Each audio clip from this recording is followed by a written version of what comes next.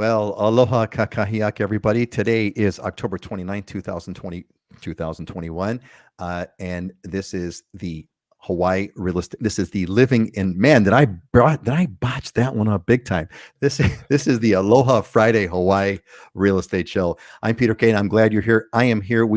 You are part of the we can screw up section of the show because it hasn't officially started yet. It's not going to start till 9 o'clock, and I am living up to that name and screwing up royally. But I am here with my friends Dylan Nonaka from the Big Island, Scott Startzman from Oahu, and Heidi Dallinger, who is hailing us from Maui.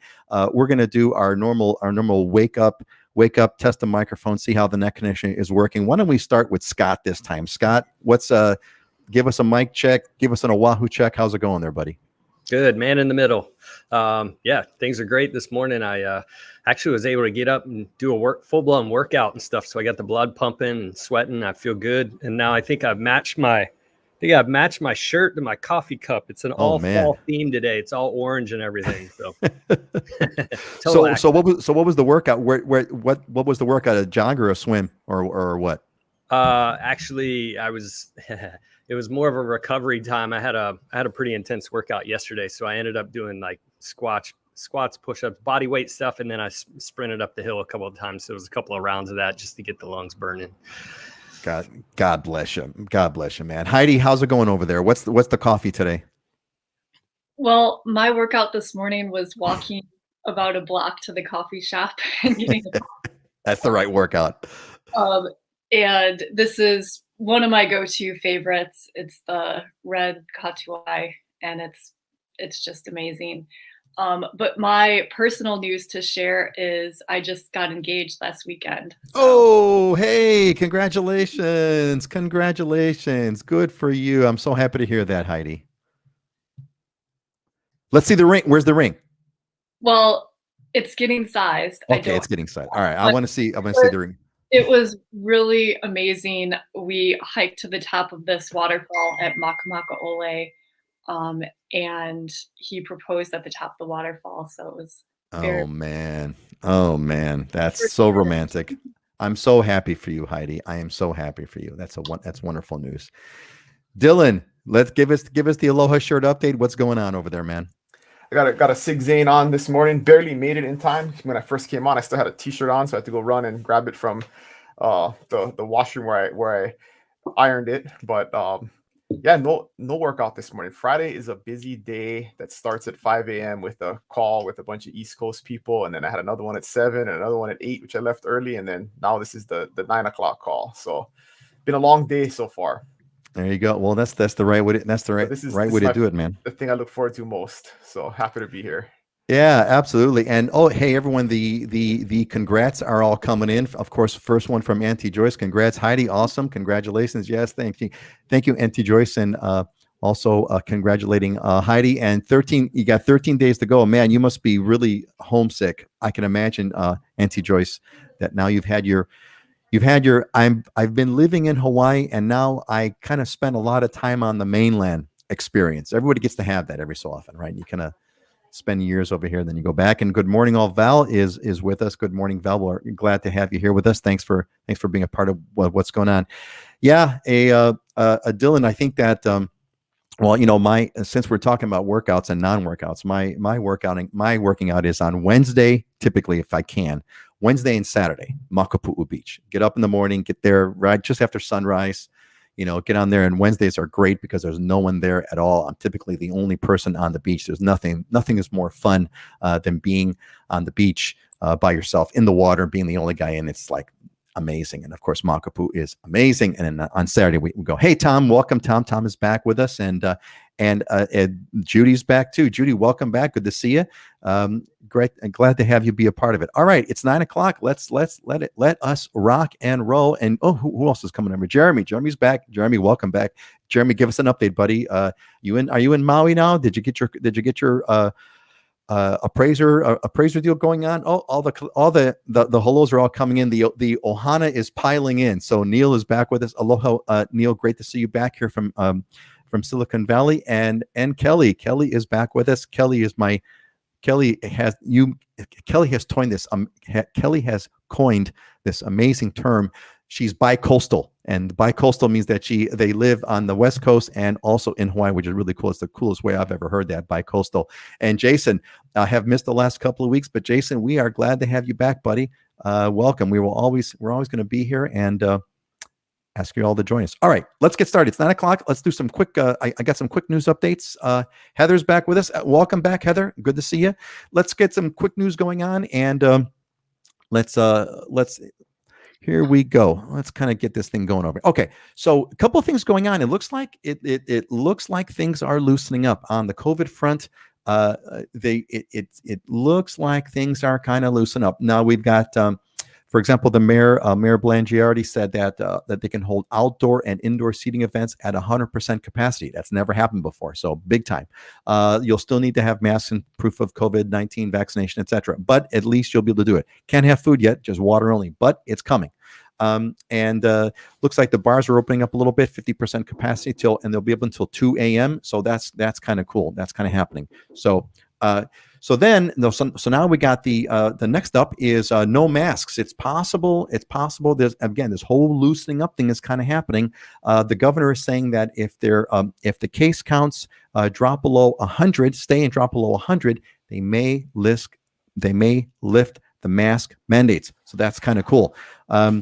And there's some talk that the federal regulations over flights are going to override Hawaii's safe travels application. So there's changes in the air, folks. And you see how those two. You zoom in a little bit. You can see those two graphs here. The upper graph is the number of cases. We're way down back again to where we were kind of pre-Delta spike levels.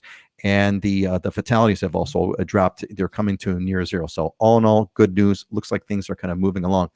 So Maui tax relief. I want to hear what might be. Maybe Heidi might have something to kind of share about this. But I found there was looks like there's going to be an interesting development, which they're talking about having a tax break for Maui landowners if you've lived in the property. Let's see, three generations back or more than 81 years. So interesting. This development is kind of favoring favoring long-term residents. That's going to be an interesting development. I wonder where that's going to go. Now, if you've been 3 generations back or 81 years, apparently your taxes are like next to zero, $350 a year. So let's see, I've been here for 40 years. I got 40 years to go, and I too will qualify for that.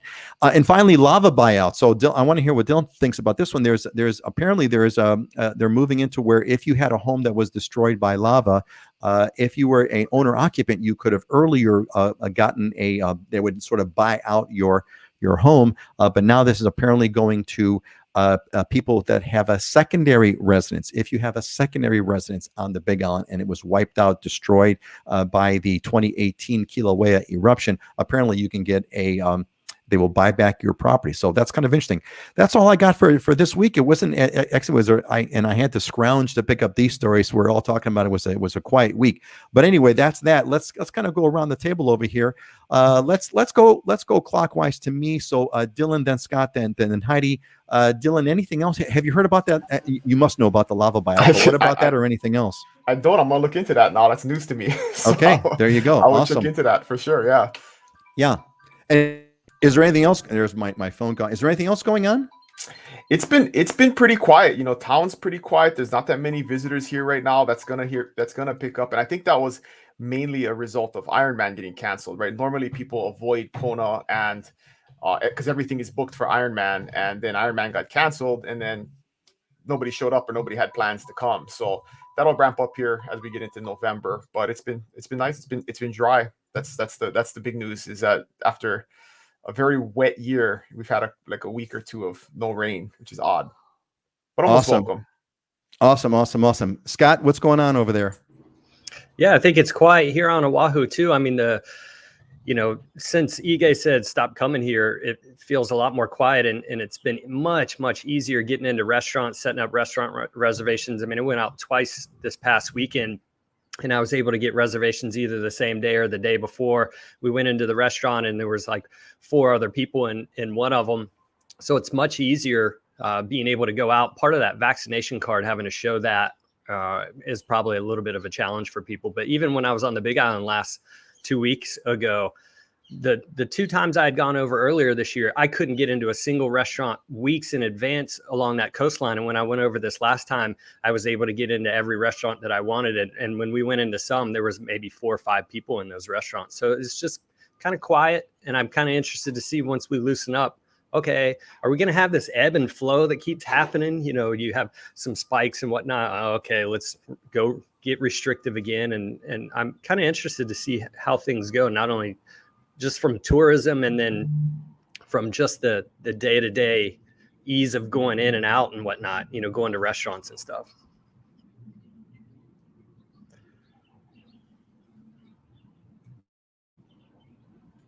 Can you hear us, Peter? I think we lost Peter.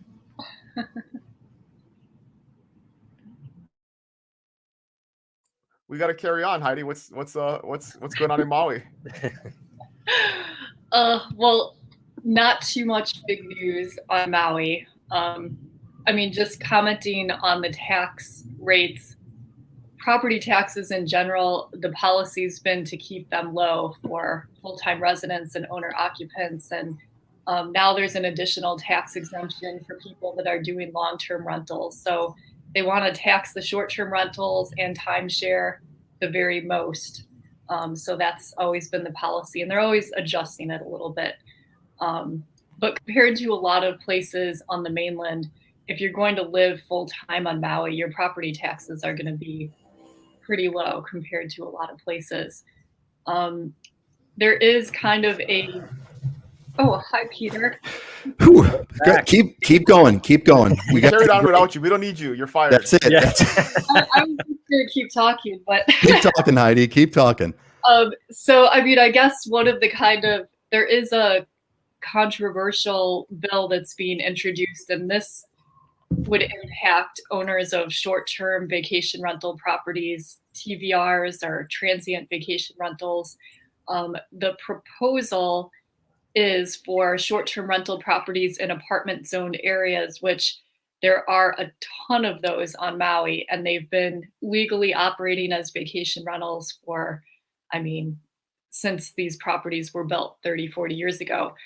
The proposal is, so this is not passed, I don't know if it will pass, but if you sell a vacation rental property, the new owner can no longer use it for vacation rental. It would have to be full-time owner or long-term rental. So that would be, if this does pass, it would be quite significant. So it's just a proposal at this point, but there always seems to be, the trend is, you know, to try to limit short-term rentals, provide more affordable housing, and then it's just all political and figuring out, you know, what's the best way to do that. So I won't get into it further, but Well, one thing universal, it always ends up being a mess. That's the unfortunate part. It always ends up kind of all kinds of strange, conflicting interests, and God only knows who's going to win. And even when there's a decision made, they don't enforce it. At least that's been the experience here on Oahu.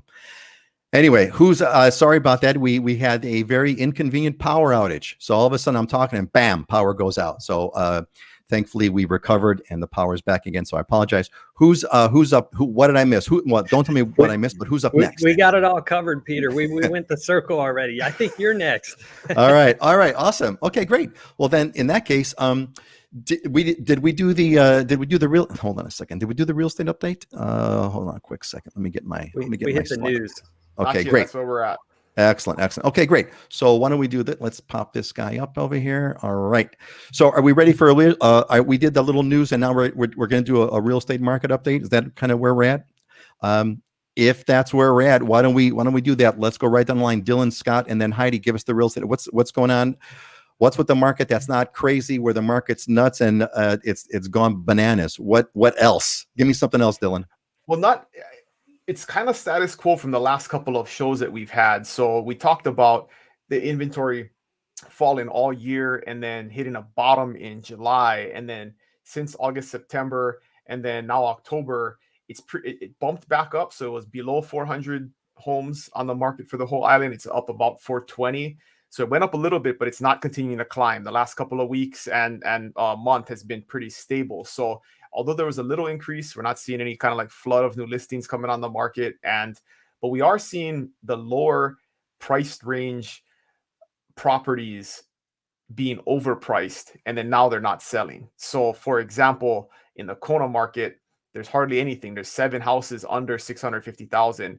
All of them are not in the greatest shape, but they've all been on the market plus 3+ weeks. So some of them 60 days, a lot longer. So the frenzy of buying like everything cheap has kind of ended. And I think we've kind of crossed that threshold where the prices have been driven up so far that buyers are now pulling back and not buying. And so we're seeing a little bit of a price correction, I think, definitely on the lower end. A lot of the higher end stuff, the 1.2, 1.3 million stuff is still selling pretty quickly, but the lower end stuff has kind of hit a price ceiling. Okay, so there's a little bit of a good news there. We are kind of finding the upper are we finding the bottom or the upper end? But we're, like you said, we're finding some price resistance. So Yeah. you know, at least for that lower range, there is something. There is a I don't know if they call it a bottom or a top, but there's something there. People are not paying $700,000 for fixer uppers at the moment. So. They're not paying $700,000 for a $300,000 property, right? Correct. Yes. Right. So we had a quick congrats that came in from Tom. This is Tom to Heidi. So Tom says, "Congratulations, Heidi." Had to rewind to hear the news. Yeah. So everyone who just joined us, if you haven't seen this yet, Heidi, our very own Heidi, got engaged.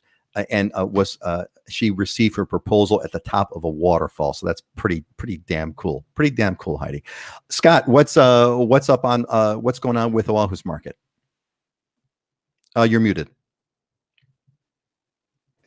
Yeah, I just got a notification this morning of a major fixer, and this thing was a beaut. It looked like it was about to fall down. In fact, it says don't go on the property due to safety reasons, and it was listed at $775,000. So the fixer over here is alive and well at $775,000.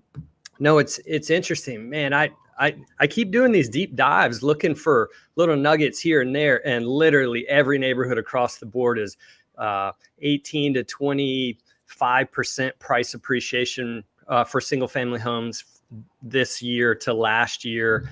The single family home price for the last 2 months has been the median price has been $1,050,000, and on condos we're at $478,000 for a median condo price. Days on market is literally 11 days for condos and 9 days for single family homes. They're not staying on the market. And to what Dylan was saying about the number of listings, we have 440 active listings right now. And so I went back last night. I said, you know what? I'm curious to see what that 2005 to 2007 portion looked like, how many active homes were on. I went back to all the stats that I have. And the bottom month, the lowest month of active homes at that time was 811, almost double what we have now. So just amazing how little inventory we have on the market right now here on Oahu. And we brought up, and this is neighborhood, every neighborhood is the same. Kahala's up 35% for median home price. We brought one on the market for $3.5 million. And in that first week, we had 6 offers. I'm seeing it across the board. Condos, 40% of condos are selling above the list price, and 67% of single family homes are selling above the list price. And then if you look at Eva Beach, 80% of homes are selling above the list price. So nothing's changed. I do kind of feel like we've had a little bit of fatigue, and we're coming into the holiday period. I do expect a little bit of a slowdown, both on listings coming on and just kind of buyer activity. But it's the numbers haven't changed, so I don't anticipate the fundamentals changing right now. I saw thanks. What? Go ahead. But the one thing to keep an eye on, interest rates have bumped up a little bit. They bumped up about 0.5%. So that's the key factor for me for decelerating this thing and slowing down. Interest rates going up is going to slow this thing down quicker than anything else. Well, interest rates are indirectly a price increase, right? Indirectly, they're a price increase on the market. I saw an interesting graph. I wish I should have thought about it to bring it with me, but I'm sure that you know this. But I saw this very interesting graph that, you know, since COVID, single family homes on Oahu have taken a big leap in prices, a huge leap in prices, whereas condos actually took a dip initially, which I'm sure was reflected because of the Waikiki condos. And now they've kind of returned back and they're sort of on their curve. They've increased well, but it was a huge jump in single family homes. Yeah. And if you look back at that 2005 to 2007, I was actually shocked. The months of inventory remaining for single family homes is at 1.2 right now. in 2005 to 2008, it was actually 2.4. We're lower in inventory in single family homes now, and condos was actually their months of inventory remaining during that 2005 time period was much lower than it is now. So it's almost reversed. Condos were selling more in that 2005 range, whereas now it's single family homes, and that's natural. You know, people wanting to get out of condos, they want to have some yard if you're going to be staying at home. That was that whole COVID component that played into that. I think that COVID component's been huge for a variety of reasons, and not the least of which is if you're going to be working from home, you need that extra bedroom, et cetera, et cetera. So the 3-bedroom home, all that kind of stuff. Congrats have come in from Jason to Heidi. Yep, absolutely. Thanks, Jason. I'm sure that Heidi really appreciated it. Heidi, the newly engaged, got proposed on a waterfall. Top that, right? Give us the update for Maui, Heidi. What's going on with Maui's market? Well, the boots on the ground update is it is still a pretty intense market with a lot of buyer demand. Don't see that slowing down anytime immediately. I'll just share a couple of stats so you can compare them to what Scott reported on Oahu. The year-to-date median sales price on Maui for a single-family home is $999,000, so just under $1 million. And for condos, it's $645,675, which is up 14.3% last year. And that's across all properties on Maui. If you get into certain neighborhoods, some have had a lot more appreciation. Compared to 2020, the inventory on the markets, I was looking, it's actually been pretty stable, but things are just selling so much faster in 2021. There was a statistic out last month that condominiums going under contract have increased 118%. I mean, that's just a huge increase. But I mean, we're also comparing this to last year when the island was shut down for a large part of the year. So that really slowed down the condominium market last year. And I was kind of looking at a graph just of historical pendings and sales over the past 10 years. And the biggest spike it looked like was in the spring, like March, April, May this year. And then it's gone down a little bit, but it's still above anywhere else it's been for the last 10 years. So it's just kind of crazy. In 2018, 2019, I mean, it was just a little slower market. You'd have buyers that were, I wonder what's going to happen in the future. I wonder what's going to happen to the market. And then the worst possible thing happened. The world shut down, COVID, global pandemic, and now everyone's like, go, go, go. So that's just where we are. Yeah, it really is a wild moment in history for sure. I mean, you name it, right? The supply chain now we're all kind of freaking out about, and I know it is a sign of the coming apocalypse when I go into Costco and I can't get Kalamata olives the way I used to. If they're out of Kalamata olives, that means that the end is near. I know that for a fact. I think it says it somewhere in the Bible. If Kalamata olives are not in Costco, it is a sign of one of the coming apocalypse signs. Hey, we got a comment from Mary Jean. Welcome back, Mary Jean. Good to see you again. Aloha from Chile, Illinois. Mary Jean, give us an update. What's the temperature right now in Illinois? I want to know. All right, let's move on, everybody. We got first of all, I want to give you a quick thing. If you've come over, if you came here through the newsletter and you found out about this through the newsletter, then you're already on. But if you are watching the show and you're not getting the weekly newsletter, you definitely need to sign up. Go to livinginhawaii.com. There'll be numerous links there to jump onto the newsletter, get connected. You get notified about this show every other week, and we send videos and all kinds of content. Make sure that you're on the list. All right, let us move on over here to our topic for today. So I got this. This was a good one, and I think I'm looking forward to a good discussion for everybody. So this came in from Ann. And Anne's asking, is it easier for a single retiree to get socially established on Oahu or on Maui? I frequently travel to both. So I think that the topic that I wanted to kind of have with you all today, the discussion between us is, how does whether you're a retiree or whether you're single, or if you're coming with a family, either way, what are some good ways to get socially established? What would you say to people that are considering? Let's take Anne as an example, but let's have a conversation about, what do you think?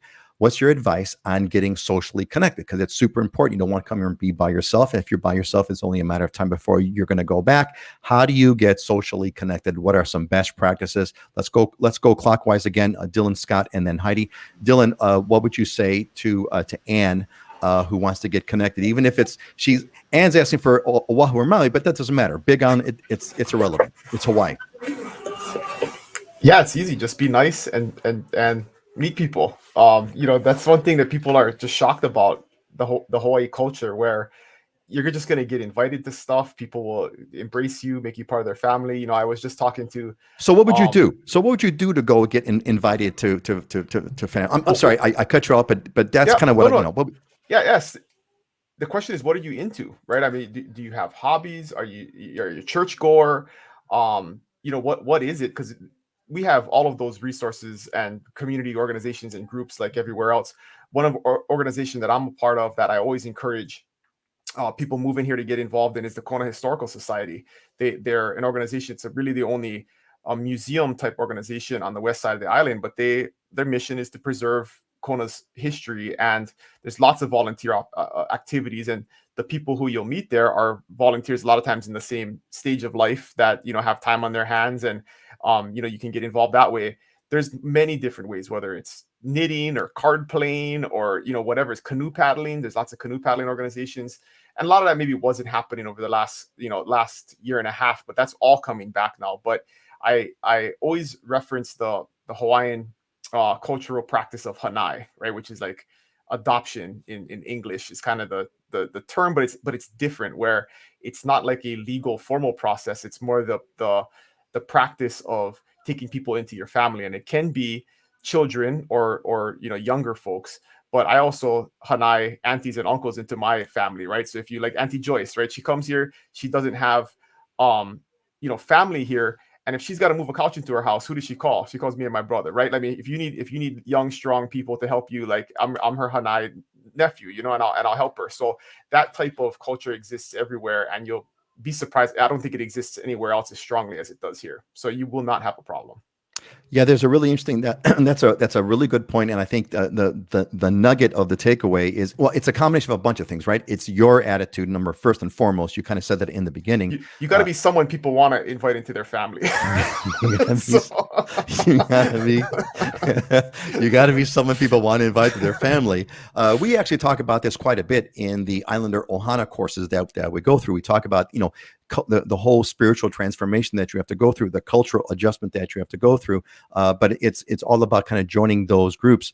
And Kelly, who is a member of the Islander Ohana, talks about Facebook groups as well. There's all kinds of Facebook groups out there. That's a place to get started to get that connection. But of course, you want to get to that face-to-face connection. By the way, Mary Jean says 54 degrees. Mary Jean, congrats to Kelly. She's under contract on her house on the east side. So all right, Kelly, under contract. Congratulations, Kelly.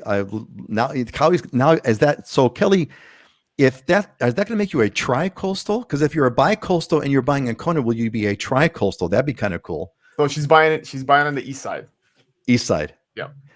Cool. Awesome. So it's another coast. East side of Hawaii, west side of the United States. There you go. I guess that's bi-coastal, right? I guess that's bi-coastal. It depends what coast you're talking about, right? Excellent. Mary Jean says it's 54 degrees in Chicago. Mary Jean, in Chicago or Illinois, that's still like warm weather. People still walk around in shorts. They're washing their cars, with T-shirts on and everything in the 54. Come back, Mary Jean, in February. That's the one I want to talk to you about in February. Jason says, every time I've been to the islands, I've come back with additional friends. Some I still am connected with today.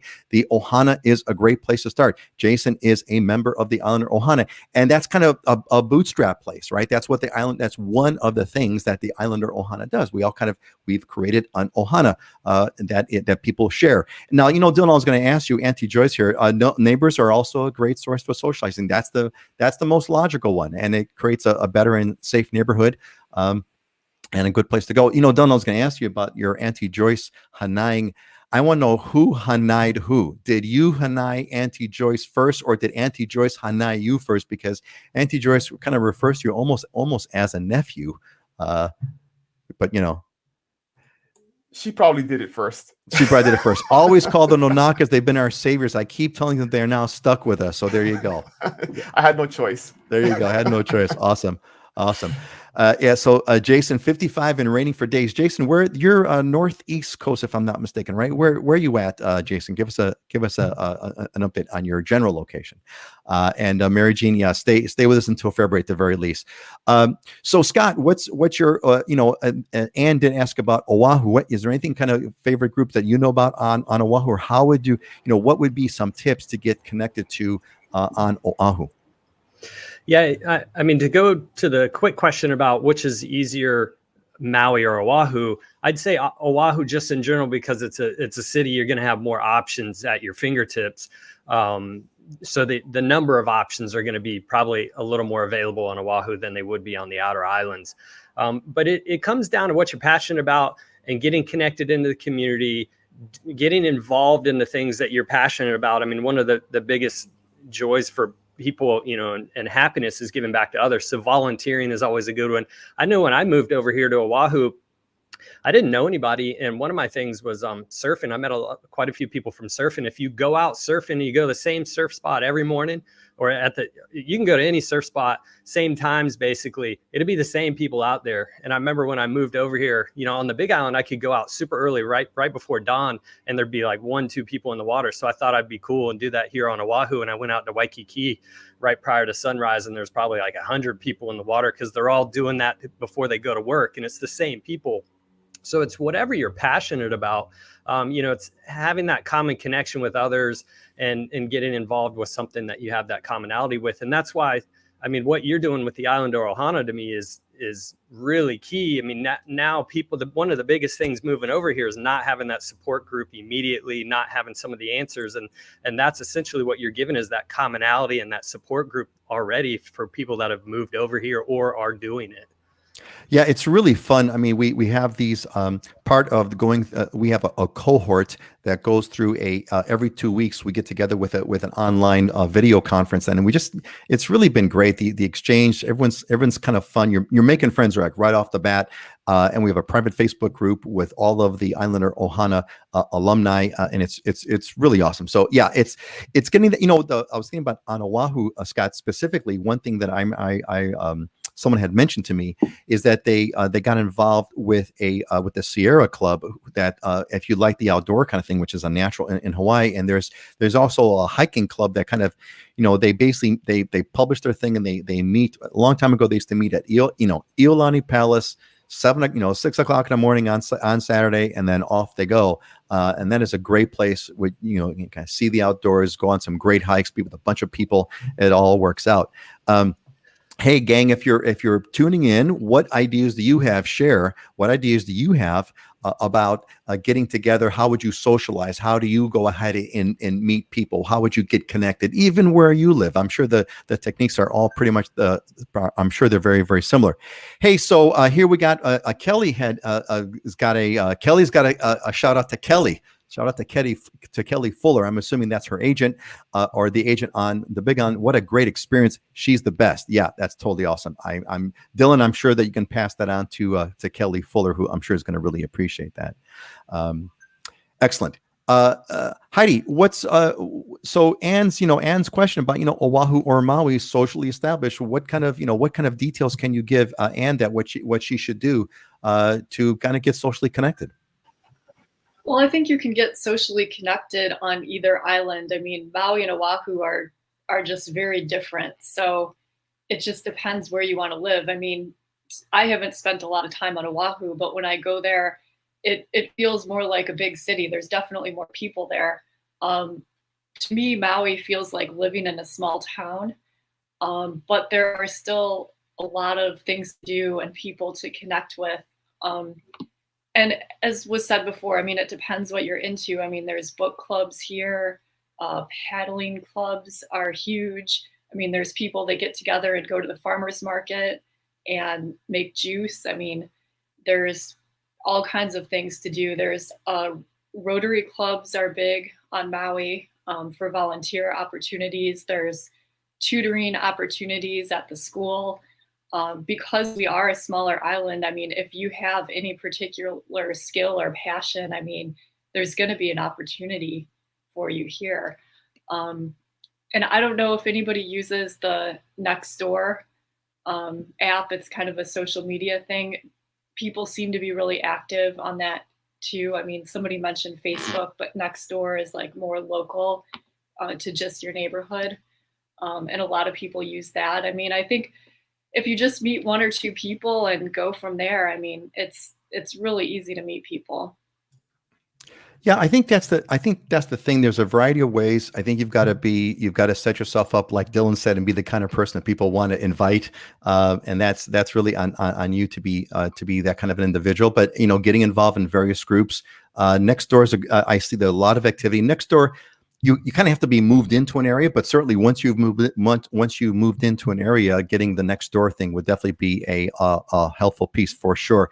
And here's Kelly Fuller, who's on the show with us. Hey, Kelly, glad that you're here with us. And Kelly's giving a thanks back out to Kelly. How cool is that? Awesome.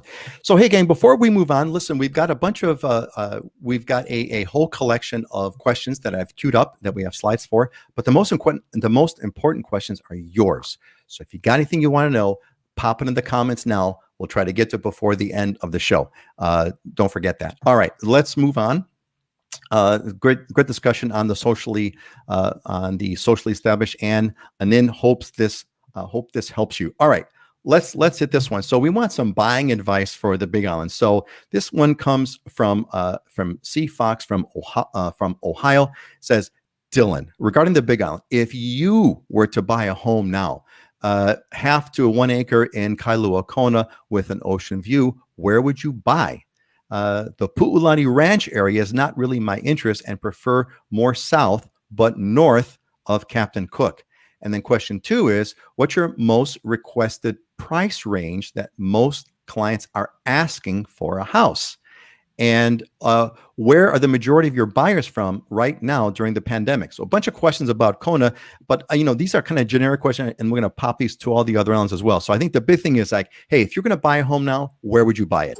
And number 2, what's the most requested price range that is coming in for asking for a house? And where are the majority of your buyers from? Go ahead, Dylan. So in terms of where, I always recommend, this is my personal preference, but I like to be at elevation just because I think it's the perfect weather. So you can get an ocean view at 300 feet of elevation, and you can get an ocean view at 4,000 feet of elevation, right? But to me, the sweet spot is like 1,000 or 1,500. If you're in that belt, that coffee belt, you have cool weather all year round. You have a little bit of rain, so you don't need irrigation. I mean, it's just, to me, worldwide best weather you can possibly be is at 1,000 feet of elevation in Kailua, in Kona, anywhere in Kona. So that's the first thing, narrowing the search. Kona's not a big place, so it could be anywhere. I mean, from the northern side to Captain Cook, I mean, there's an upper highway that is pretty much at 1,000 feet. So above or below that, there's a lot of different options. So it's really a personal preference, but elevation, I think, is the first most important thing. For 80% of our buyers always come from out of state or somewhere else. So that hasn't changed. That's pretty consistent. And that's definitely the case now. Most requested price range, I think that's kind of a self-fulfilling prophecy because people know what the price range is. I mean, and so it's always between kind of that 700,000 and 1.5 million is like the sweet spot where most of the inventory is. Not too much below 7 and then once you get above 1.5, it's kind of a different market. So that's where most of the inventory is, and where most of our clients come from. Excellent. See, we got a couple of comments over here from Paul. Is 1,000-foot Kona sounds amazing. Coastal belt warm is 80 to 90. Yeah. So and people have this vision, they want to live near the ocean, right? But in Kona, 1,000 feet is near the ocean, right? I mean, like you could be 7 minutes away from the beach because it's a big steep island, right? So you don't have to go 30 minutes into the mountains to get to 1,000 feet of elevation. It happens very quickly. Yeah, that's a very good point. You're kind of almost on cliffs there, basically. So Heather says, so don't sell my rain jacket when I move to Hawaii. Only if you have a very thin rain jacket. It's like if it's like a windbreaker thin, if it's like a windbreaker kind of rain jacket. If it's anything thicker, if you wouldn't wear it in the summer in the rain, don't bring it. That's what I would say. And Paul says, yeah, it's a 10 minute drive. Yeah, exactly. Heather got a thing back when I asked about kind of how you're going to get socially connected. Heather says, my plan is to join a master swim team wherever I end up. Swimmers are usually pretty fun and social. Met so many friends that way. Also, volunteering would be a great way to give back and meet others. Plus, I'm a bit of an extrovert, so I'm not too worried. Yeah, Heather, I think you've got it covered. I had a great call with Heather too the other day, so she's preparing to start looking and making the move. Yeah. Awesome. Yeah, that's it. And and Kelly gave a really good point here. It's more, what climate do you want to live in? That is the coolest piece about Hawaii, right? Is you can pick your climate. Everything. What is it like? Every climate is represented in Hawaii except like tundra, Arctic. The only climate we don't have is Arctic. I think something like that. We got it all. We got desert. We got rainforest. We have cool mountain air. We have oceanfront stuff. It's good. So awesome. All right. Let's see, Scott. What would you say on those questions? Where would you, Scott, buy if you were going to buy a house on Oahu today? What's kind of the price range that you're seeing for houses in that area? Scott knows the Big Island. He can recommend the Big Island too. Actually, well, we got the Big Island. We need Oahu now. Yeah, so I mean, I've been in the place that I want to live for 21 years. I've owned here. I mean, I'm at the base of Diamond Head, so I love it here. I would live in Kailua as well. Actually, it's funny. I was looking last night, like, hey, where is the bulk of the sales activity happening on Oahu? And it's happening between 700 and 2.2 million. And that's where a majority of everything is selling, is in that range and going nuts. Even the stuff above it's going crazy. But for me, I love Diamond Head. I mean, I'm right here. You got 300-acre Kapiolani Park. I walk out my door. I got 13 restaurants right here on Montserrat and shops and stuff. I'm a less than a 5-minute Uber ride right into Waikiki if I want to get in the heart of everything. But I feel like I'm in a established neighborhood with, big, tall growth trees. I mean, palm trees, things such as that. So I like the access to the urban core. But I like being a little removed and having some privacy.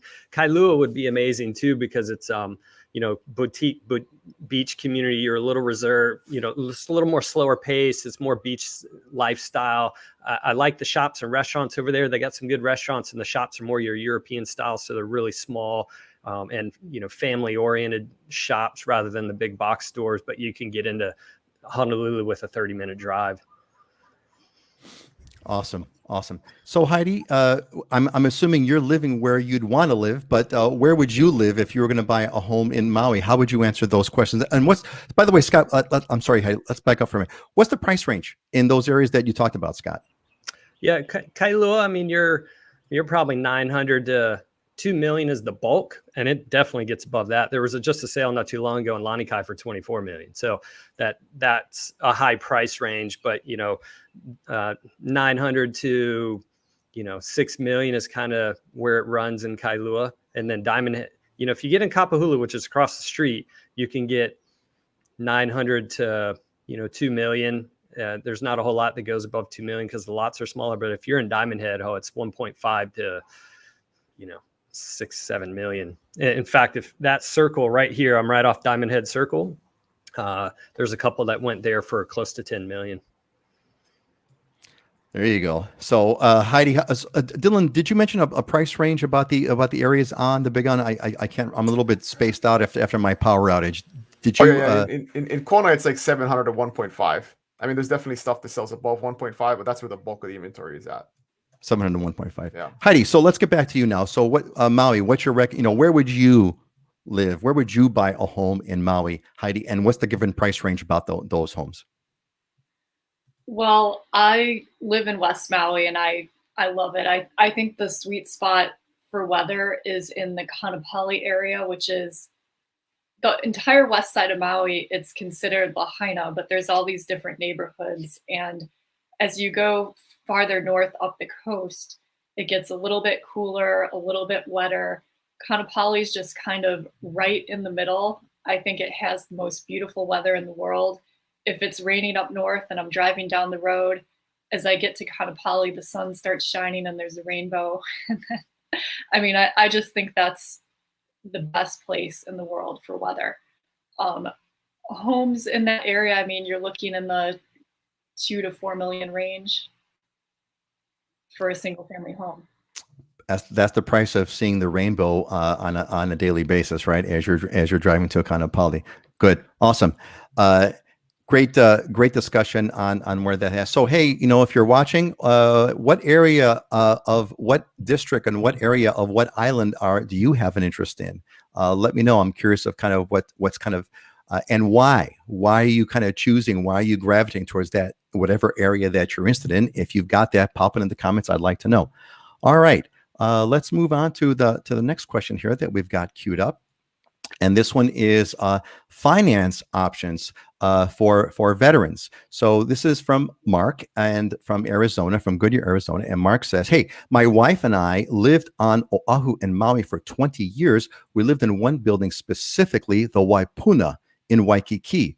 We're looking at moving back and wanted to know what the financing of the property is like in Hawaii now. I'm a veteran and would like to use my Veterans Administration benefits. I don't have to, but prefer it that way. VA sometimes gets a bad rap, but I've used it many times without any issues before. I have a good amount to put down if needed, but at 2.25%, would rather put down 10% and not pay the big funding fee and use the money elsewhere. Is this a viable option in the market? Thanks. Love your show." So Mark has a great question. I think it really goes down to like, what's the best option sort of if you're going to use VA financing? And I really enjoyed this slide, Mark, because I too lived at that same condo, the Waipuna in Waikiki, and I really enjoyed. I spent a good year there and had a phenomenal. I had the most incredible view of the ocean right out my bedroom window. I would look out my. In fact, I had a great view out on my bathroom. Look out the bathroom. I saw a great, amazing ocean view. Never had that before. Scott, why don't you take this one? Let's get this one rolling here. You mentioned that you thought this was a really good question. Why don't you give Mark your advice? Yeah, I love this question, especially for now. So as VA, he mentioned about VA having a reputation for not being as friendly of a loan or as easy to do, having a bad rap.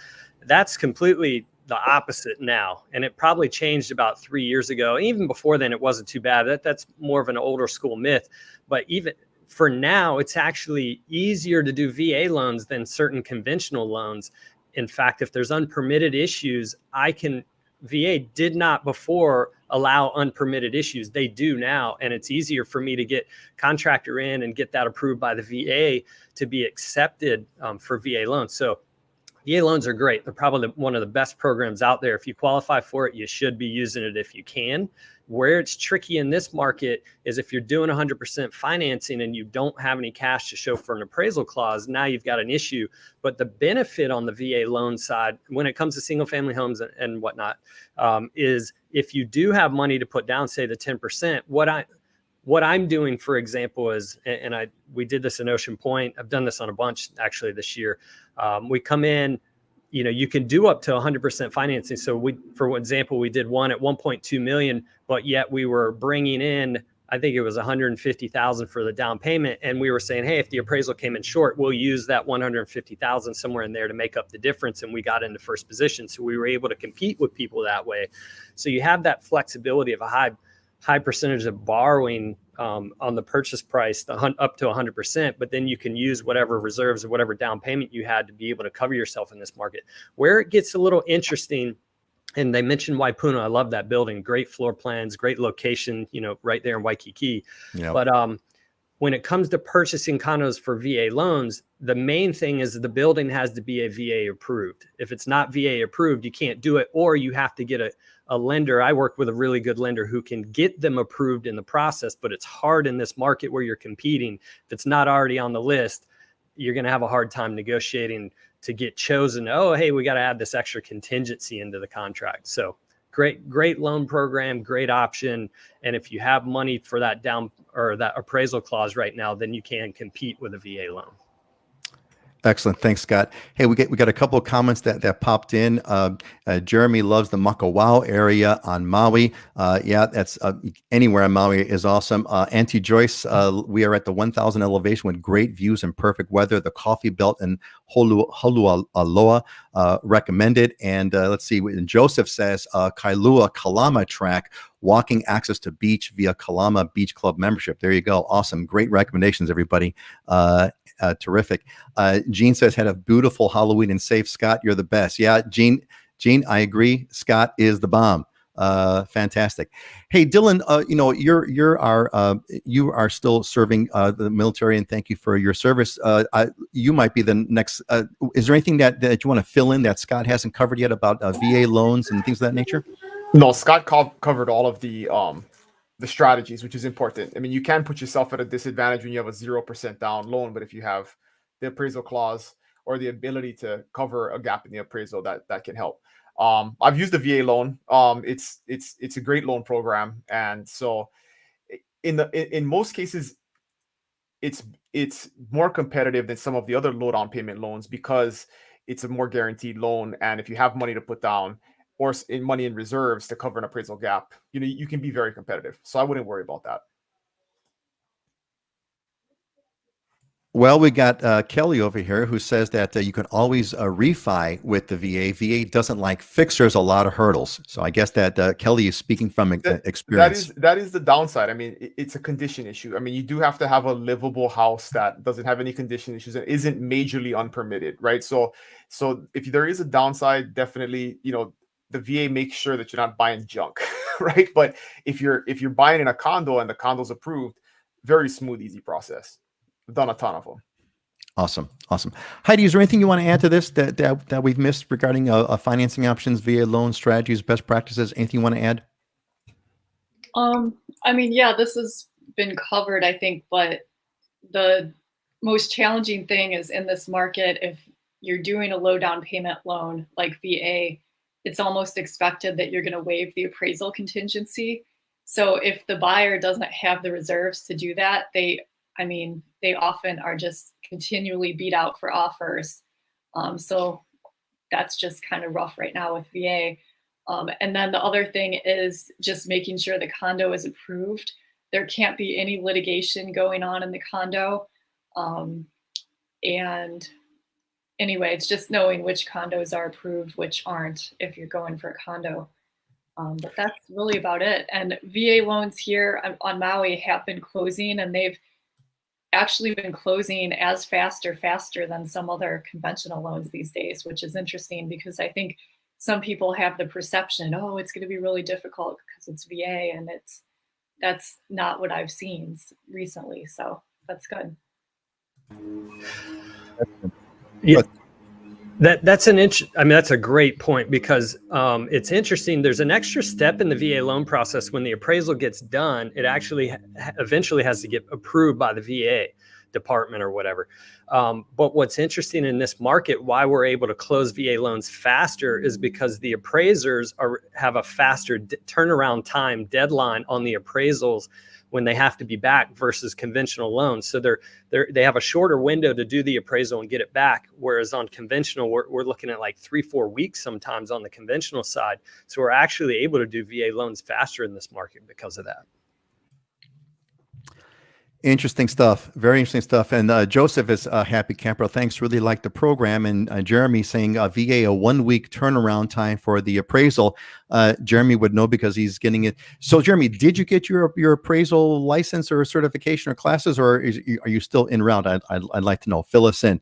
Awesome. Great job, everybody. Let's move on to the next topic that we got over here. This one is coming out of Maui. So this is from Michelle, who's from Nashville, and Joseph, and they're asking, hey, how do you afford paying? Number one, how to afford it in Hawaii? But I think the real interesting question is, how do you avoid paying inflated housing prices? So my quick snarky answer is, well, don't buy it. That's how you avoid paying inflated prices. If you're going to buy it, you're going to end up paying whatever the price that the market is going. So when someone, when someone comes in and they're maybe they're like shell shocked as far as the prices and the price range going on, and it's too expensive. How do they afford it? Dylan, how do you respond to that? That's all a matter of perspective, right? The way you avoid paying an inflated price is not waiting until the interest rates go up and prices continue to appreciate. So you may feel like you're paying too much now, but if you wait a year and interest rates go up 1% and price appreciation continues 10+%, you're going to be paying significantly more and have less borrowing power and paying more per month for the same house because the interest rate went higher. So I would say not waiting is the way that you avoid it. Never thought about that. Not waiting. Scott, how do you respond to that? If people say, "Look, I can't afford it. How do I avoid, how do I avoid paying this inflated price?" If they believe it's inflated, what's your response? Yeah, I mean, it is perspective. If you're coming from an area where you can get half-acre parcel with a brand new home at 3,000 square feet for 300,000, you're obviously going to get a little bit shell shocked. Part of that is working with someone like us where we're very good about being able to educate the client. Being able to educate you on the market and what to expect, because there's an adjustment period. You have to get used to it and you have to understand what's here. It's as far as affordability, it is what it is. You're either going to qualify or not. You either have the income or you don't. We can go through that process and kind of see what you do qualify for. And then if there are issues, then part of the question is are there certain things that you can sacrifice on? Do you need to adjust what your needs are or your wants are to, how important is home ownership for you at that point? Awesome. Thanks, Scott. Heidi, how do you respond to that? When someone says, "Hey, this is a crazy price. How am I going to, how can I avoid not having to pay this price, or how can I afford these crazy prices in Maui?" What's your response? Well, I mean, keep in mind the asset that you own in Maui. When you sell it, you're selling it in Maui. So it's really important to just look at the market that you're buying in and get a good value in that market in that moment. You cannot compare it to other markets while you're looking. And then as far as, how do you afford it?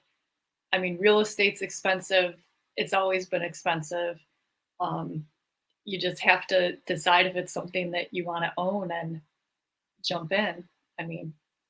The good thing about real estate is you can live in it. I think the thing too is you touch on a simple point, and it's overlooked because it's so obvious, but I think it means a lot, which is, well, number one, you live in it, which is you're where you are, but it's also if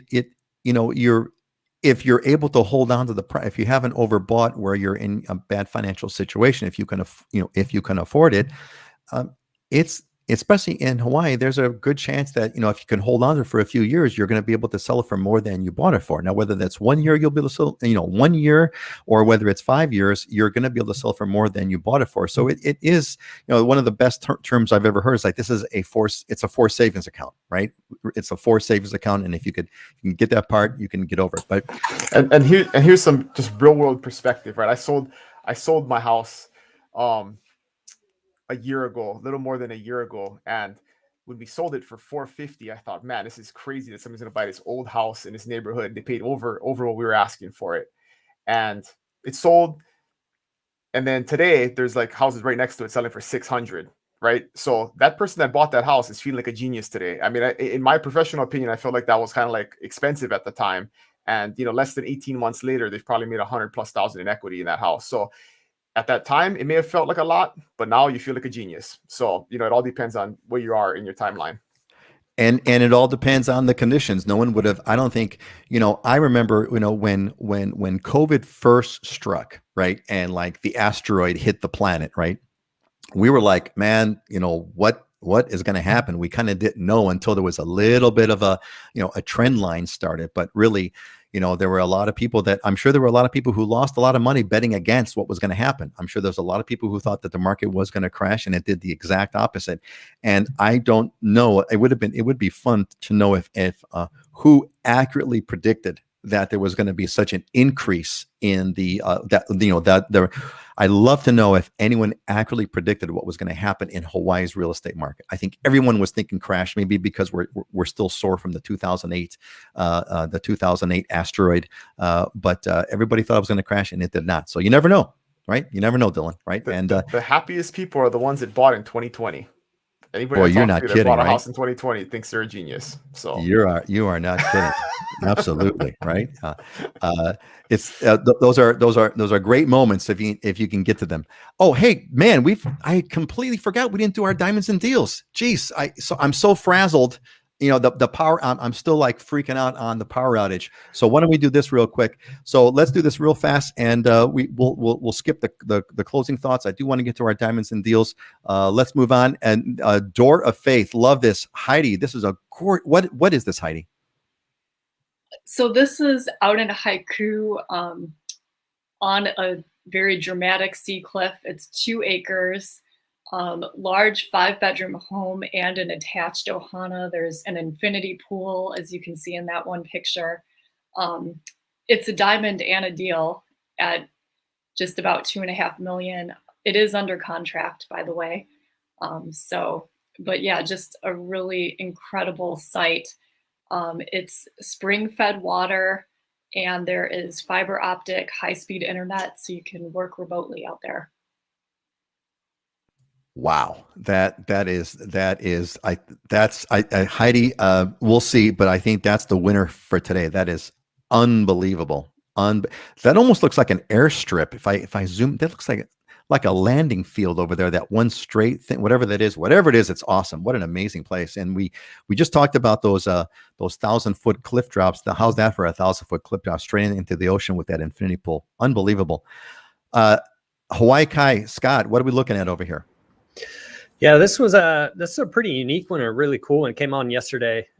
So it's in Hawaii Kai. It's in the Valley, Mariners Valley, and it's on a little more than 15,000 square foot lot, which is really big for the area. This is a rim lot. It butts up against the hillside in the valley. So part of the lot is level, and you do have the pool. You got 4 bedrooms, 2.5 bath. It's over 2,200 square feet of interior living space, renovated. You got these soaring ceilings, a lot of light. It's a really nicely done property. And then the second part of the property that's not level, it terraces up and goes up the hillside. So you got these little perch areas where you can kind of oversee the valley and entertain from. And you got fruit trees and things. So it's super private. You have no back neighbors. It's all conservation land that's in behind you. But yet you have this, really nice level portion as well, and a good sized home, great for entertaining and for kids, and with the pool. And it's listed at $1.495 million. I'd say that's a diamond and a deal at 1.4. Now this is Kalama Valley. Is that where this is at? It's Mariners Valley. So if you go down the home road right to the back, so you're really close to where the shopping centers are and everything, and the marina. So you're not tucked too far back in Hawaii Kai. It's a really good location. Really good. So a good location. That is I'd have to say, knowing what little I see about the market, that seems to be actually a really good price. Diamond and a deal pool with a 2,200 square foot home. Awesome. All right, what do we got left to here? Banyans, four bedroom, 5 bath on Banyans Bay, 3.5. Dylan, 3.49. Dylan, what is this? Yeah, so look at that. It's like a 3-bed or almost a 4-story house there, right on the point. And this is a surfer's paradise. So if you like to surf, there is basically one big bay in Kona that has 2 of the best surf spots. So Banyans is to the south of this house, and then Lyman's is to the north. And Banyans is like the best short board kind of barreling, closest thing to pipeline that we kind of have on the Big Island. And then Lyman's is it's got to be kind of big, but it's this beautiful long left that's a great longboard wave, or just a real mellow break, but it's got to be big when it breaks because it's really deep. So just a super cool location. I mean, 4 bedrooms, 5 baths. I mean, lanais at every story, just ridiculous. You look at that picture on the top left, like just windows just right on the ocean, and it's out on a point. So when you look left and right, I mean, it's like over 180 degree ocean views pretty much. So yeah, just a real rare one. Stuff like this doesn't come up very often. And that looks absolutely amazing. And Paul says it's Banyans. So Paul, it sounds like Paul surfs out. Paul, are you surfing Banyans? It sounds like you might be surfing Banyans. Awesome. Hey gang, great job today. Look, we're 1 minute shy. Let's just do some really quick closing thoughts. This has been a great setup over here. Let's play with this. So what's our closing thought for today? Let's go down. Let's go from bottom up. Heidi, Scott, and Dylan. Heidi, what's your closing thought for today? Just take the time every day to recognize the good things in your life and be grateful. And it's something I try to think about because there's always something good in the day. Always something good in the day, and be grateful. Amen to that. Hawaii makes it easy. Scott, what's your thought of the day? I just wanted to wish everybody a happy Halloween. I was going to get a costume, but I ran out of time. It would have been fun being on here with a really goofy looking costume, but happy Halloween, everybody. Hey, you had your that's right. You were the guy that had the fun Christmas hat, of course. How could we forget? How could we forget? And thanks, Paul. Paul has done that, and cool, excellent. And Lynn says, enjoy always catching the live stream. Aloha Friday. Yeah, welcome, Lynn. And hey, folks, welcome, Lynn. If you got any closing thoughts, love to hear your closing wisdom. Pop them in the comments. Of course, we always look forward to the great Dylanism every other Friday. Dylan, what's your closing thought for today? So my thought for the week, I heard this weekend. It was like really stuck with me. I added to my list. So the worst thing you can be is a level 10 player in a level 5 opportunity. And it's business related, but I think about it in life too, right? If you want to live life to level 10, but you live in a place that only lets you do it to level 5, you got to change your opportunity. You got to change your environment, right? So don't be a level 5 player, or don't be a level 10 player in a level 5 opportunity. You're going to be a level 10 player, go to be a level 10 player. And the same is true in business and career, right? I mean, if you're not reaching your full potential where you're at and you have more potential, go someplace else. Yeah, absolutely. Well said. Mahalo, Tom. We're glad that you're a part of our show and glad that you stuck it all the way through. I came across my another favorite proverb. I don't come across these often, but when I do want to share them. I came across a great thing in Proverb. The book of Proverbs, I highly recommend it, whether you're religious or not. It's amazing wisdom in the book. The human mind may devise many plans, but it is the purpose of the Lord that will be established. And what that means to me is that basically, you could make whatever plans that you want, but it is the plans of whatever you're connecting to, whatever higher power you connecting to a higher power. Those are the plans that are established. You may think of one thing or another, but those higher plans, in other words, align yourself to higher plans. That's my thought for the day. All right, folks. Well, I think that's about it. We're gonna close this one up. I want to thank you all for giving thank you all for being here, Auntie Joyce, and Paul, and who else we got over in Janine? Hallelujah. Indeed, Janine. Pam, great to have you here. Bernard, welcome. Great that you were a part of it. Amen. And aloha to that. Bernard's working with Scott. And Judy, thanks, Judy. I'm great. Thank you, Judy, for giving a plug to joining the Al Nirhana.